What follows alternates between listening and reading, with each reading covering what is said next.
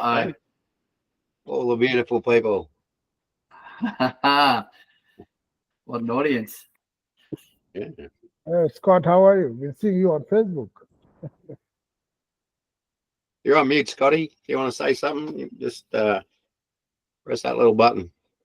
We'll wait for a few people to come in, the laggards, if there are any, and yeah, we can have a chat while we're waiting. How are we? We gorgeous human beings. No, the gorgeous human beings. The winners of winners. Just on that gorgeous human beings, I was at the Gold Coast City Council Volunteer National Volunteer Week celebration this morning, and one of the local councillors, Glenn Tozer, it was probably almost one of the funniest things I've heard in volunteering since we started. So he was talking about, how great the volunteer community is, the amount of work they do, so much so that the University of California has commenced a 10-year study on the social impact, both internally and externally, on volunteers. And he said, and one of the stats that he thought was quite interesting was that survey results had found that by volunteering, you become more attractive. And of course, so we were at the function at the HOTA, which is the home of the arts on the Gold Coast. So his reference was, so for all those obviously more attractive people that are here, you are hotter at HOTA. Hotter at HOTA. Yeah. Now that wasn't bad for an MP, right? Yeah, and the only issue is statistically with volunteers sitting at the top end of the age, you'd hope most of them are partnered up and done, mate. So how hot do they want to be? That is the question. Bring the young'uns in, I say. Bring the young'uns in. Who else are we waiting for? Do you know, Donna? Just quickly. Yep, we're waiting for Catherine. For Adam. Leanda. Leanda is here. Leanda's in. Adam's in. Yep. So very good. All right, we might kick off. Welcome everybody. We've got 3 sessions today. Across those 3 sessions, I think in total about 20, a mix of our existing friends and new volunteers, which is awesome. The reason for putting these together is pretty simple. We've got some announcements to make. We want to rev up the new audience and make sure that new audience realises what we do and what we're about and how we fit in to the volunteer audience. But more importantly, there is a week-long festivity taking place called the Volunteer Week. I'd like to argue that 1 week doesn't celebrate volunteers enough, and it should be the 365 days a year a celebration of volunteers. But that might take a revolution on behalf of Firefly to make that happen, and that's our ambition. So welcome all. Recognise, inspire and reward. Normally 3 R's. We think inspire is the more important one than retain. And so we are going to get out there amongst it and kick some light into the community and make sure we celebrate volunteers. So on that note, we will celebrate with the song. Let's ignite the light. It's time to shine. Make the world bright with the Firefly Initiative. We unite. You don't dance, everyone. Those who do good day and night. We're calling out to the socially aware brands that want to show the world they care. Recognize, inspire, reward the doers, the ones who lend a hand, the unsung heroes. Ignite the light, let it burn, let it glow. Volunteers and brands, together we grow through an exchange of hours. We'll make it right. Join the Firefly Initiative.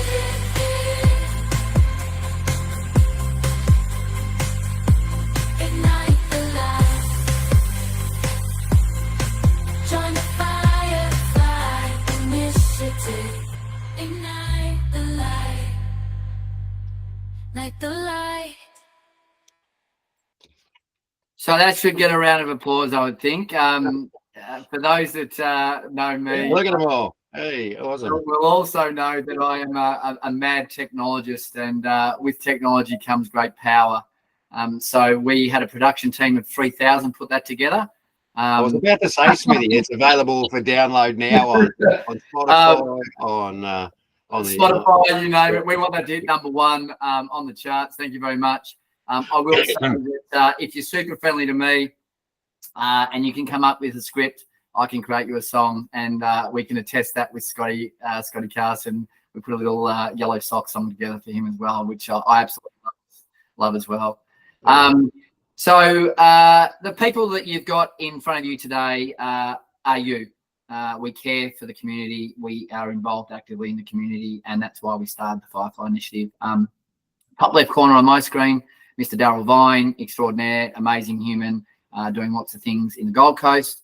And myself, Courtney Smith, down in Frankston South, doing lots of things down in Victoria. We're aiming to link those two areas on the east coast of Australia and go wider globally as we expand the light of Firefly. I might head over to Darryl just to give you a bit of a background, allow him to give you a bit of background of why we think we are you, and then I'll talk a little bit about my background, and we'll get into the primary presentation for those. Thanks, Smithy. Yeah, can we, as we know, volunteers are all a pretty humble sort of an audience, and we don't usually jump into the spotlight. And Smithy and I are pretty much the same, and we didn't start the Firefly Initiative, you know, for that ego base or you know, any sort of accolade. So, but we've had some peer group pressure from our volunteer community that would like to know a little bit about why is it Firefly, what's our background. And so just as a real quick intro into, you know, why we're passionate about what we're doing.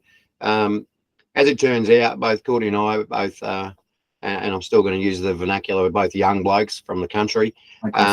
We're both born in small country towns, heavily involved in community activity and sport, volunteering in all different sectors. And then as we dug a little deeper into that, we discovered that Courtney's dad was a brigade commander in the Volunteer Fire Authority for 48 years. My mum was a district commissioner in Cubs for 28 years. So it's in our blood and we come from that good stock of people that spent their time doing good things for others.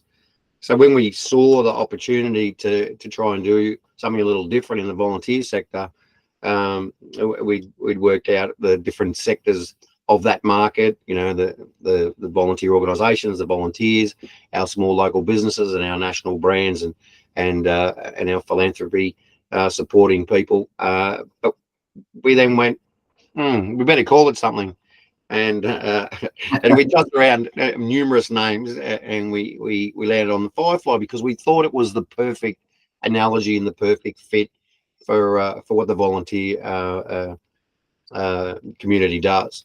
As you all know, fireflies are a unique little insect. They're actually a beetle, not an insect. Number one, we learned that.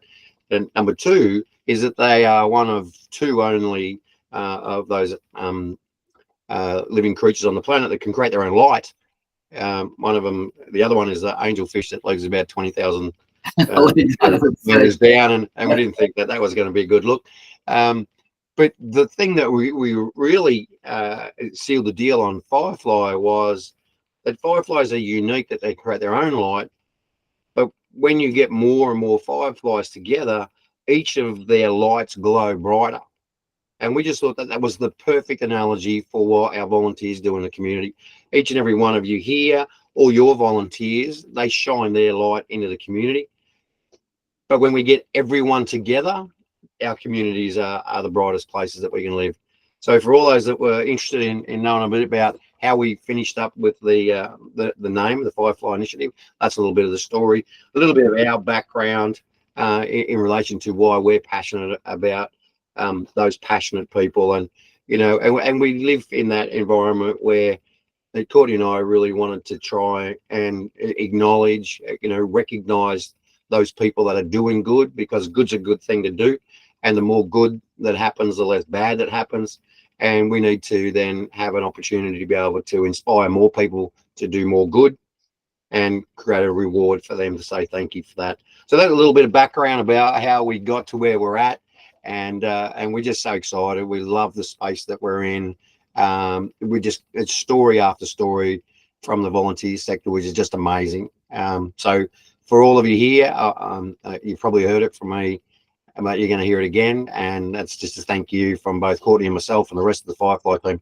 Thanks for being awesome, because you all are.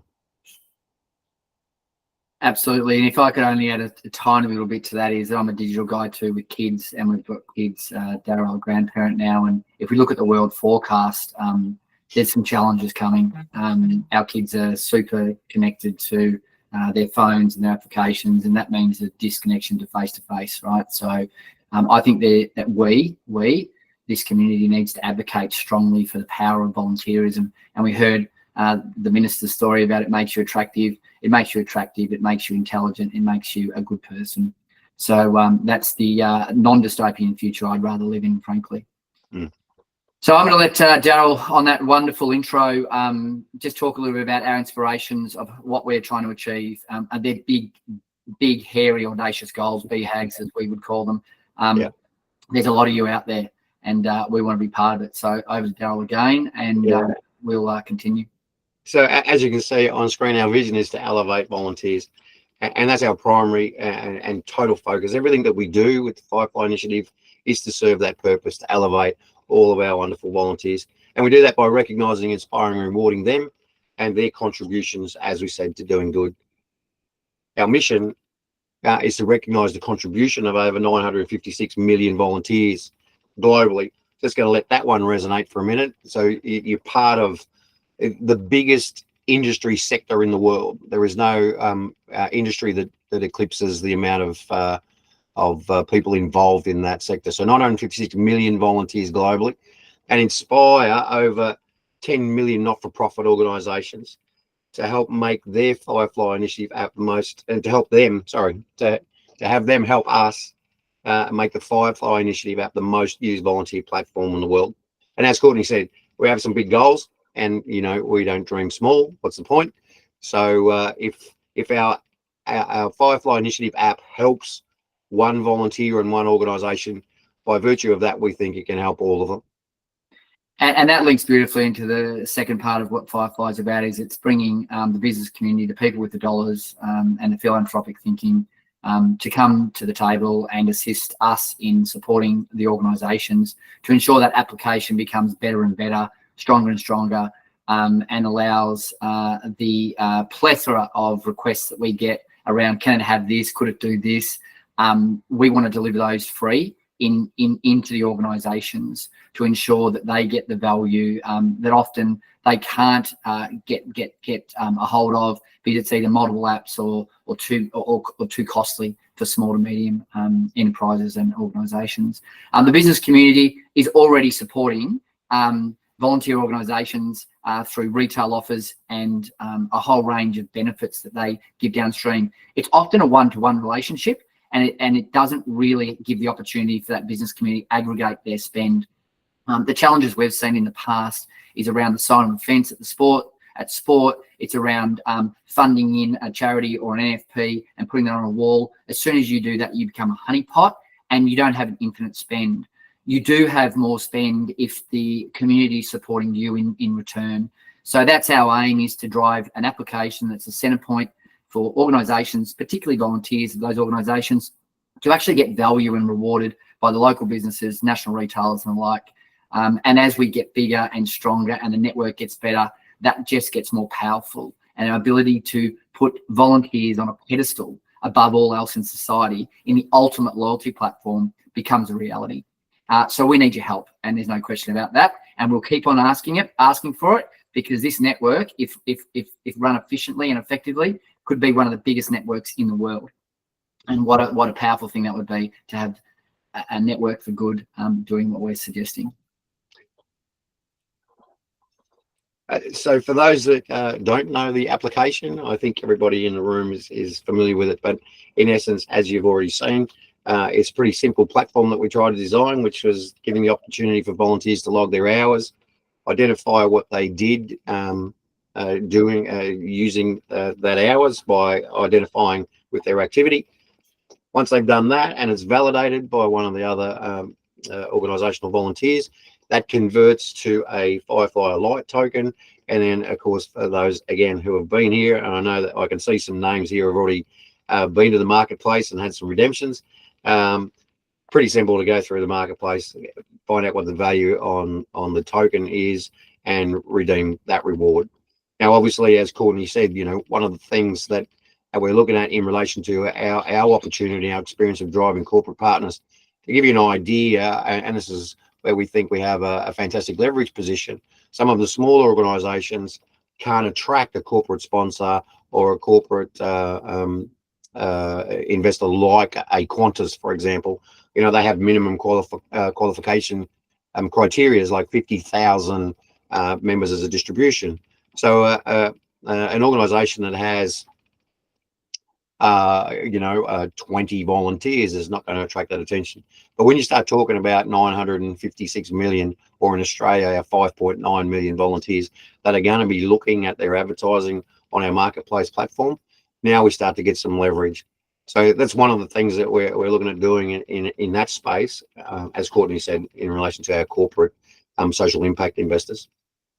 And we're going to do some shout outs as we go weekly now in terms of the growth of the network. It is growing, and that's an organic growth. We haven't gone to market for funding at this stage. We're doing this all bootstrapped. We want to prove that there's a reason that volunteers want to be part of something unique. And we'll continue to do that until such time we see that viable. As I said, to get to those big levels, it's going to take some real energy and some real money in a lot of people. So that will come, but we need your help in the short term. From the organisation's point of view, obviously there is a couple of things. One, the organisation needs to join the platform, invite the rest of the volunteers, and you'll hear a lot of noise from us in the coming months. And we've got lots of organisations that have got a really good representation of volunteers, but we're not seeing that those volunteers are coming onto the platform. And we have some fantastic orgs that have already got a number of volunteers that are all using the app, recording their hours quite successfully. But it's that process, and we know that, you know, there's some administrative issues on some of those fronts. Some of the larger organisations, we've got some re-dev happening, and Smithy will talk about that as we come up. But one of the things that helps us in that position relative to the corporates is for every volunteer to record their time in the organisation. That converted to the same a balance. So we've got 40 volunteers recording their time. The organisation is credited with that, and that's added to what we call the Electric Community Token account. And we'll talk about it too, because it's a bit special. We've got some stuff that we've been working on there relative to how the organisation is going to benefit from that ECT.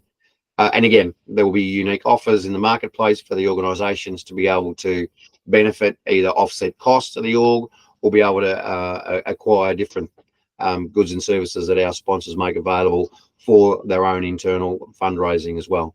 So again, but made that as simple as we can. And our governance is to make sure that that stays free for the orgs. And just so you understand another metaphor, and Firefly was brilliant for another little piece of our storytelling, which is the elytra is actually the hard shell casing that protects the wings of fireflies. So there is no shimmer without elytra. Yeah. So I thought I'd just add that little piece to the storyline, because we have thought long and hard about our storyline. I can promise you that. Yeah. How does it work, Daryl? Oh, well, look, from a financial point of view for the organisations, you know, everything about Firefly Initiative and the support of the community is about giving back to the volunteers and to the volunteer organisations. So we set up a unique marketplace opportunity for our local businesses to be involved. And we have a standard flat $2.50, what we call advertising or marketing fee. And we've done that on a basis of success. So unlike your other social media platforms, you know, AdWords account and Facebook accounts and like where you put money in and people click through and hopefully you get some return, we position it to say advertise a reasonable and attractive opportunity for our volunteers to benefit. When they do that and they present and become a customer, we'll then have a marketing fee, and it's $2.50 fee. And then as a corporation, we've looked at it, and as our social responsibility is that we separate that into $1.25 of that $2 goes into the operational support of Firefly and all our team and the operations and things that we want to build and move forward for. And $1.25 of that goes to that Elytra community fund or the social impact fund for things like different acquisitions of unique offers and opportunities, and also the opportunity for organisations to directly benefit by what we call passive fundraising. So the more our volunteers are on the platform, the more hours that they can record, the more redemptions that they make in marketplace, the more opportunity there is for a passive fundraising layer for the organisation. And now, if you've only got 20 or 30 volunteers, that's never going to be massive. But at the same token, our volunteers are all consumers, so they're going to be using the local marketplace, whether that business is on our platform or not on our platform. So they're going to spend anyway. So we thought, if there's an opportunity for us to encourage local support, local sponsors, they want business. The only way that they're going to actually be able to economically keep funding into this marketplace is to get some return. So we create the return first and the expense later. And the more and more our volunteers do that, the more fundraising it is. And if that's just to offset postage or a phone bill or an event to say thank you for your volunteers as well, it's income that's available in the marketplace that's not being tapped into. And if I could just intersect super quickly on that, the other piece of the puzzle is the originator of the introduction or the referral to the small business, large business. They hold on a percentage of that $1.25 for the entirety of the engagement of that retailer in the network, which means you could have only 5 volunteers, but if you knew the head of McDonald's, happy days, your org's going to be looked after for a long time passively. Yep, because everyone's going to shop at McDonald's. So we think we've got a couple of really cool network effects concepts that can add huge value for the organisations, the volunteer community, and then clearly the retail market as well. And then, of course, there's our major corps. As we mentioned before, it's hard for the smaller organisations to attract the attention of the major corporates. And we know that they're throwing plenty of money around. We did an analysis late last year that there was 111 major corporations sponsored in 5 different sporting codes, the sum of $347 million in branding. And that's great that they get their label on stuff, but we're saying to them, where's that social impact and responsibility of sending some of that 347 million down the stream to those people that are in the coal face, so to speak, of providing goods. So we are working really hard on national brands in relation to that, creating sponsorship opportunities to be able to distribute that back to our volunteer network. And again, we have the mechanisms to do that. We had that test run last year with one of the sponsors down in Western Victoria. It was fantastic, and to see the difference that the small communities that work really hard. One of our scouting groups down there been talked about that they had 80 volunteers helping in their fundraising the year previous to that and raised $4,000 with a corporate sponsor, and by using the platform that we created for them, they picked up a sponsorship check of $15,000. So there was like nearly 4 times the amount that 80 of their volunteers had been able to do that. And mind you, that they did that in a year, and they received that sponsorship within 21-day cycle. So there's a real strong advocacy that we've got. Corporates are starting to understand their social responsibility. They just need a good trigger and a good carrot to be able to make that viable. And again, the more volunteers we have on platform, the bigger our marketing opportunity is. So therefore, they get the equated branding, but by doing good, by helping support our volunteer network. But more importantly, mate, they get to aggregate stories downstream into small local communities as well, and bring those stories back into their corporate fold to then extend out to their greater communities, which tells a wonderful story. And we all know storytelling is the future of differentiation. We're going to be the aggregation point for hundreds of thousands of stories. Yeah, that's the aim. Because orgs and and corporates aren't really good at doing it sometimes, particularly around social impact and the S in ESG. Okay. So we promised we'd announce some exciting news, and we do have some exciting news coming to Volunteer Week. Look, we see there's value in councils, national bodies providing advocacy towards volunteering, but we think there needs to be a much bigger push on the ground for action as opposed to advocacy. And so we're built for action, and we hope that the advocates of volunteering see the value we bring to the table and want to work with us. And we would extend a warm and welcome offer to those advocates to join in a creative group like Daryl and myself and the teams that are coming behind us to really make a change to volunteers on the ground and view it as a bottom-up approach as opposed to a top-down approach. Because if you can't get a volunteer at the bottom, the top doesn't even exist. That's the truth, right? So number one is we have been working feverishly on an app 2.0. What have people said to us? We want an app. As a technologist, I laugh. It's called a download and just go and connect it to your front page of your mobile phone. And you've got an app, but people wanted to go to the download. So we are building an app that you can download. Just so those that are used to now downloading, you'll be able to do that. That'll excite you very much. Within that app, we've got a number of features and benefits that have come through conversations in Marketplace. The biggest single ones for me is that we tapped out in the first version. And let me be honest with you, the first version as an MVP really, really holds true to our initial mission, which is to trap time so we can understand how volunteers are operating in their communities and then bring value back to that time and that achievement of good. The difficulties we had was there's a myriad of small and large communities. And so organisations like Red Cross being very, very big, they have hundreds of branches doing unique things at branch level. And so they wanted to be able to allow those branches not to have the whole of Red Cross visible, but only to work within their local community. So there was no clutter. But Red Cross in its positioning wants to have the whole view. Yeah, they want to see all of the view.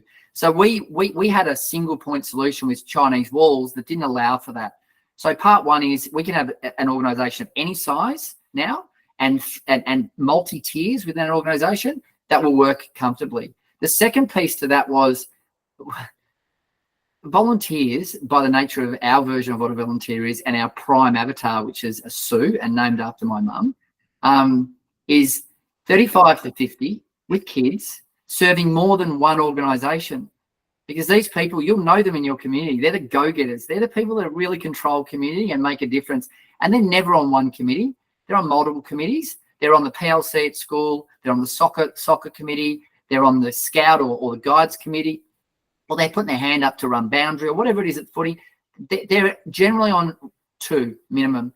So we've had to increase the ability for our volunteers to add more organisations to the capturing of their hours, not only so they can capture their hours effectively across those organisations, but so the orgs themselves can see the aggregation of the hours of all of those volunteers. And currently we're in a 1-to-1, so that will come and with all anticipation, 1st of July launch, we'll see those 2 big upgrades. The other big ones from my perspective is that we're going to gamify a little bit more in this because we can do exactly what I just mentioned. The base admin layer being better will allow us to gamify more effectively. So number one is we've got the concept of Firefly Light tokens. Firefly Light tokens will be what a volunteer accumulates. We've got a brand new dashboard view. We've got a really cool marketplace view coming and a whole range of other things. But the bit we've added is the Elitra community token. And that's where we're going to get the organisation leaders to basically see the value of engaging with Firefly, to know what their volunteers are doing so they can thank them themselves. I've had a number of conversations with Woody about this.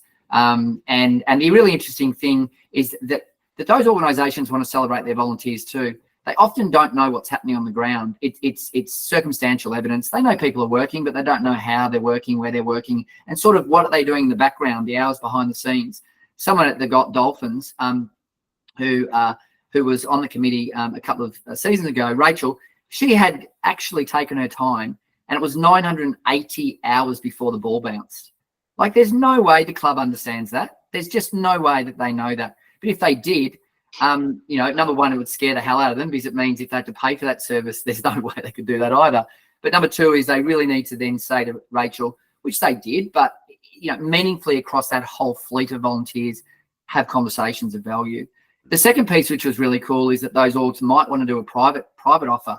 If we provide a tool that allows organisations to capture their assets of value, their volunteers, what they're prepared to offer, the sign on the fence, you know, tickets to balls, galas, all that sort of stuff. If we can give them a framework in which to be able to manage, track, and present that to their private audiences, the organisations they work with on a daily basis, that's super powerful. So that will also be included in the app. And then finally, an upgraded marketplace. We were going to do, we love to do activations, Daryl and I. It's our specialty. We love building games, and we love doing stuff in public. And so we're going to do an activation around the world's largest volunteer hours auction at the end of the year. And in order to do that, we need to change our marketplace to accommodate what we call time-based offers that can again be purchased through the use of hours in the network by our volunteers. We're going to start those flash auctions leading into an end of year super gala. Our ambition is to chase over $50,000 worth of auction items that volunteers can bid on at the end of the year, just before Christmas, when you know, money's tight. So hopefully some of our volunteers can go home with some really cool stuff for the family, leading into Chrissy. And then that gamification piece. So the Electric Community Token will be gamified, I promise you. And for organisations to get wins, they're going to have to show social touch on our platform. They're going to have to show that they're onboarding volunteers, that they're regularly touching in with their volunteers to grow their hours, and a whole range of other little activities. None of them onerous, things they should be doing, but just getting them to think about these things more often. And the more they do, the more they help us, the more we'll look to reward on that fashion. Big and small, there's going to be no differentiation. The challenges will be the same, and small orgs in some instances have a lot more flexibility and power to do things quickly. So I think in many instances, small orgs will win. Part two, which I've already mentioned, the world's largest time auction. We need you, and so we're going to go out to the orgs on our platform and ask them for referrals to at least one business in the area that we can go and talk to about presenting goods and services into that auction. Okay, it's not a big ask, guys. It's really not. It's a really, really low level ask. And the more that you give us referrals, the more you will win, gamify, you win, right? But the more you will accumulate Electra Community Token. We want business product sponsors that can help us position effectively for our volunteers, so that our volunteers can feel like there's value in coming into that auction, and feel like they can come away with something. We have a fast growing network, and so currently over 75 orgs. That's organically growing at about 25% per month, with volunteers behind the scenes growing at a similar rate. Our challenge is that when we look at the total volunteers in the org base versus the volunteers on app, it's only like 22%, which is pretty low. So we just need the orgs to lift a little bit and try and really push to get their volunteers on platform, because we want 10,000 volunteers by the end of 24, with at least 500 bidders at that auction. That would be our aim and our goal. Whether we get there, time will tell, and your assistance will make a big difference. Sure. So we're coming towards the last 10 minutes of the session today. We want to stay on time. We're going to tell you a little bit about what we're going to be doing, open up the question floor and the like. Over to Daryl to close out. Yeah, so we had a little carrot for you to attend today, which was a lucky door prize, which is a $100 wish card that one of you wonderful individuals will receive from us. That's going to be drawn on the 24th, which is the end of volunteer week, and we'll do that. And excuse me, how rude. We'll do that, and we'll announce the winner by email. It's only for the attendees here, so congratulations, you're all in that draw. And yeah, but you got to have an hour on the platform. So anyone that hasn't logged an hour yet, better get on it. There's a go, gamifying them from the yeah, run down the road, help a lady across the street, or someone jumpstart their car, record that hour. And then the other part of that to give you an idea of some of the sort of things that we are already starting to build for our auctions. The entry again, some entry points there. We're going to draw that on the 30th of June to coincide with the launch of the new app. Entries by June 30th, you'll have to have one volunteer registered. That will give you one ECT, electric community token. A shout out for Firefly on socials, and then to join our Firefly Initiative Facebook group, and we'll give you one extra bidding token for that as well, one extra entry into the draw for each of your volunteers that are joining our Facebook group as well. And entries will be based. So if you've got a smaller organization that are really passionate about trying to pick up $1,000 barbecue for the end of the year, you might finish up with 1,000 electric community tokens versus a big org that hasn't done anything, that has 5, and that would give you what was the stats, 20 to 1 or a 50 to 1 chance to win. Yeah, ratio. Yeah. So it's we'll publish those qualifying processes for you all as well, so you'll know what the game is, and we look forward to seeing who's going to take home one of the first big items. And we're looking forward to announcing, as Courtney said, on a month-by-month basis now leading up to pre-Christmas, our flash auctions. But on the basis that I've been handballed the righto, go and get the stuff.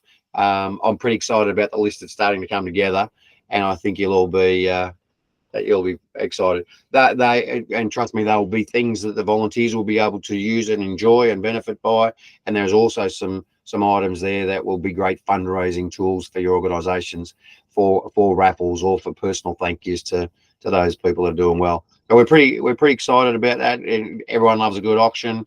If anyone knows a good auctioneer out there that wants to run that for us, if they're a volunteer, we'll give them an extra electric community token for stepping up.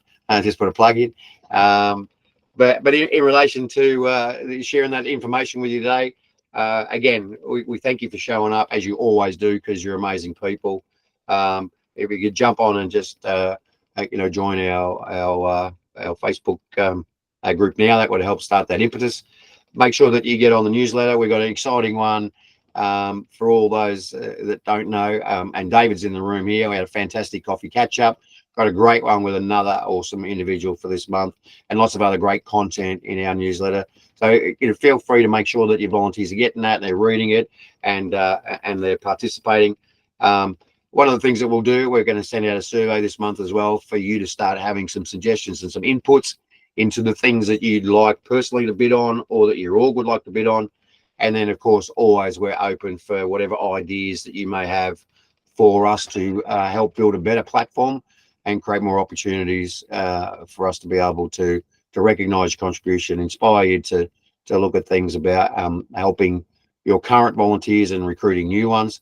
And of course, we want to say more than just that pat on the back thank you by creating some tangible back end rewards for the tireless effort that you put into making our communities better. So thanks for being awesome and for being here and for sharing this little opportunity with me and Smithy. And now we'll go, if you've got one question each, that's great. If you haven't, that's even better. I'm joking. But over to you, community. Righto. Leander, go for your life. Sorry, it wasn't my voice thing wasn't working. Thanks guys for the info. Just confirming the Facebook group is separate to the Facebook page. Is that right? The community page that you've got? Are you?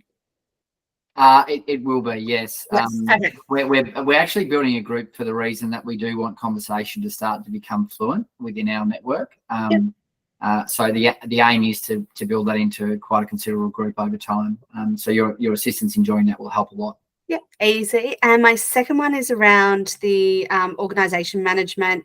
Are we going to have sort of admin access rights at any point where we can actually remove people out? Like, so for instance, we've just gone through our AGM, you know, and we have new people sort of, you know, coming into different positions within our organisation. So just checking on that too. So we're doing Band-Aid stuff at the moment on that one, which I mentioned we had some limitations on some of the design. It was an MVP designed to test the market to see if it would be adopted, and the logic behind it was proven to be very adoptable. So we've really launched into, in the last 3 months, the build-up of app version 2. So we're working to do some Band-Aid fixes on that app 1 while we wait for app 2. I know you've had a chat with Daryl, I think, about this, and that's gone back into the dev team. So the plan is to do our very best to fix those issues you're facing. But at a worst case, that will be a standard component of app 2 in July. By the way, all of the records information will be ported appropriately for all of the orgs. So please don't think shouldn't stop using app 1. All of your information will be ported into app 2 with no effort from your side. We'll have a couple of little teething problems, no doubt. It always is the case. I've been in technology all my life, but we'll try and limit that as best we can. Terrific. Thank you.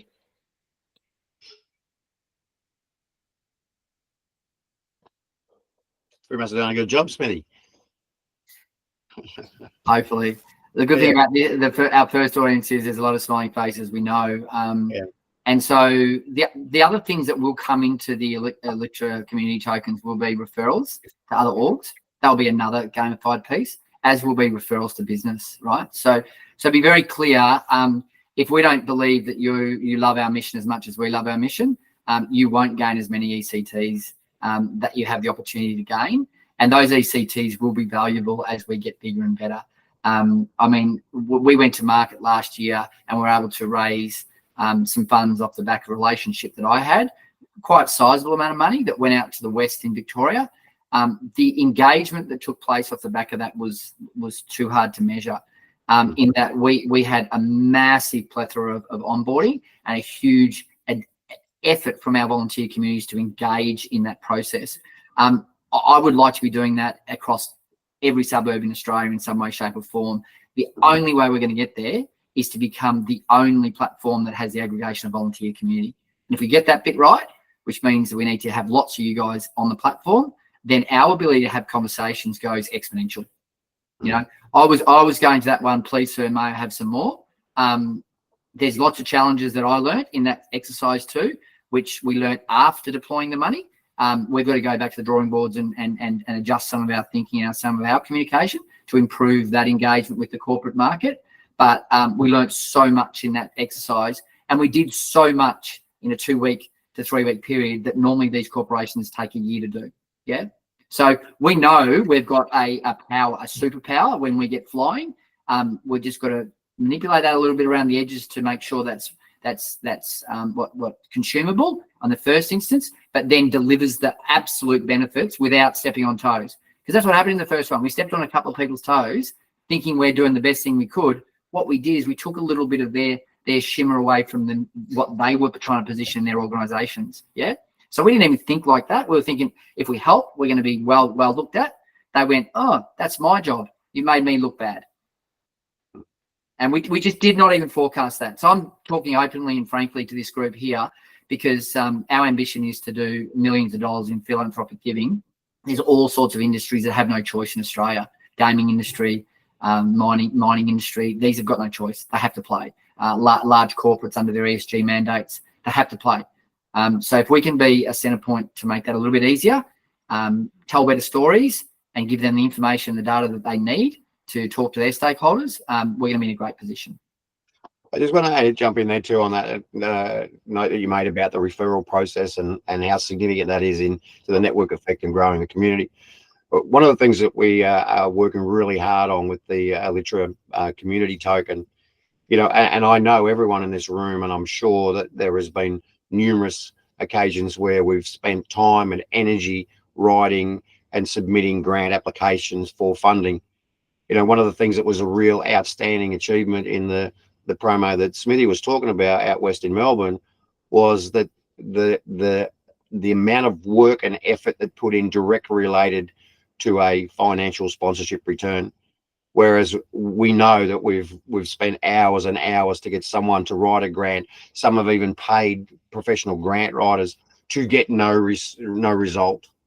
And that's the one thing that we find across the sector. And I speak to lots and lots of organisations, as you know, and you know, somewhere between the 60 and 80% of some of the volunteers' time is not delivering the service that the organisation offers.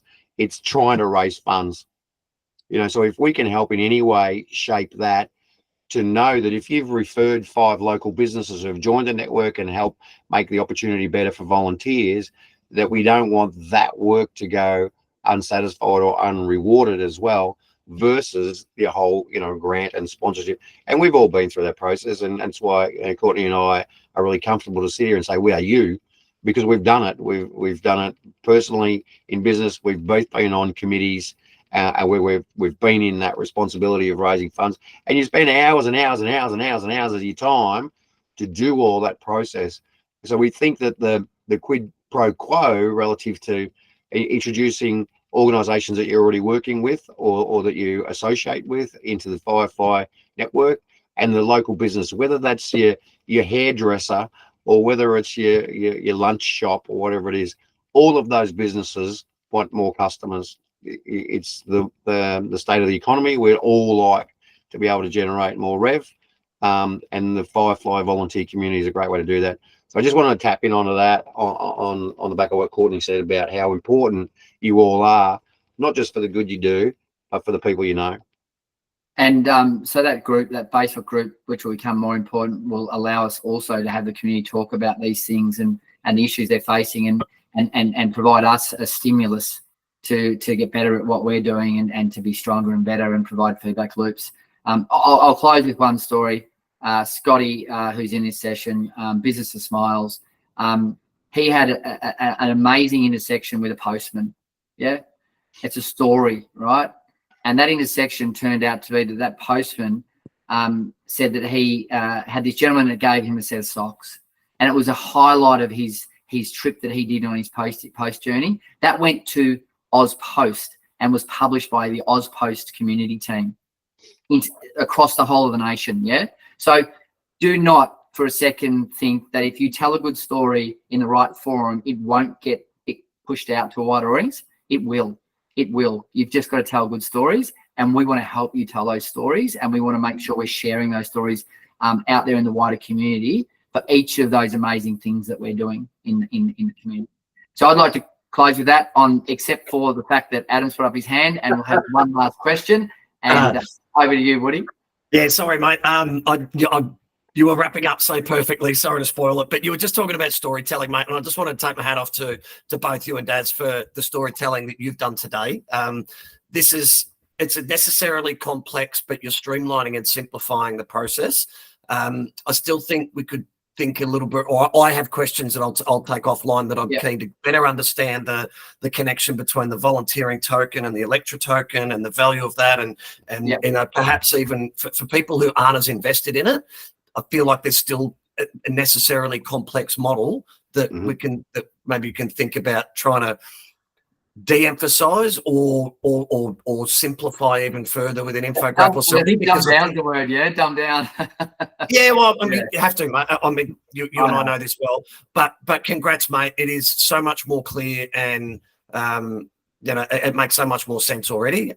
There's a couple of points where even I was like, hang on, what does this mean? What does this mean? What does this mean? And I can talk to you about it and Daz, right? But if you're trying to get a bigger audience in, whether that's through the group or through Facebook, I think you can communicate the essential core USPs or, UVPs or whatever. I just think there's some things that come out of this, but congrats, guys. It's brilliant. It looks awesome. You answered all the questions that I'd written down about transitioning from app 1 to app 2.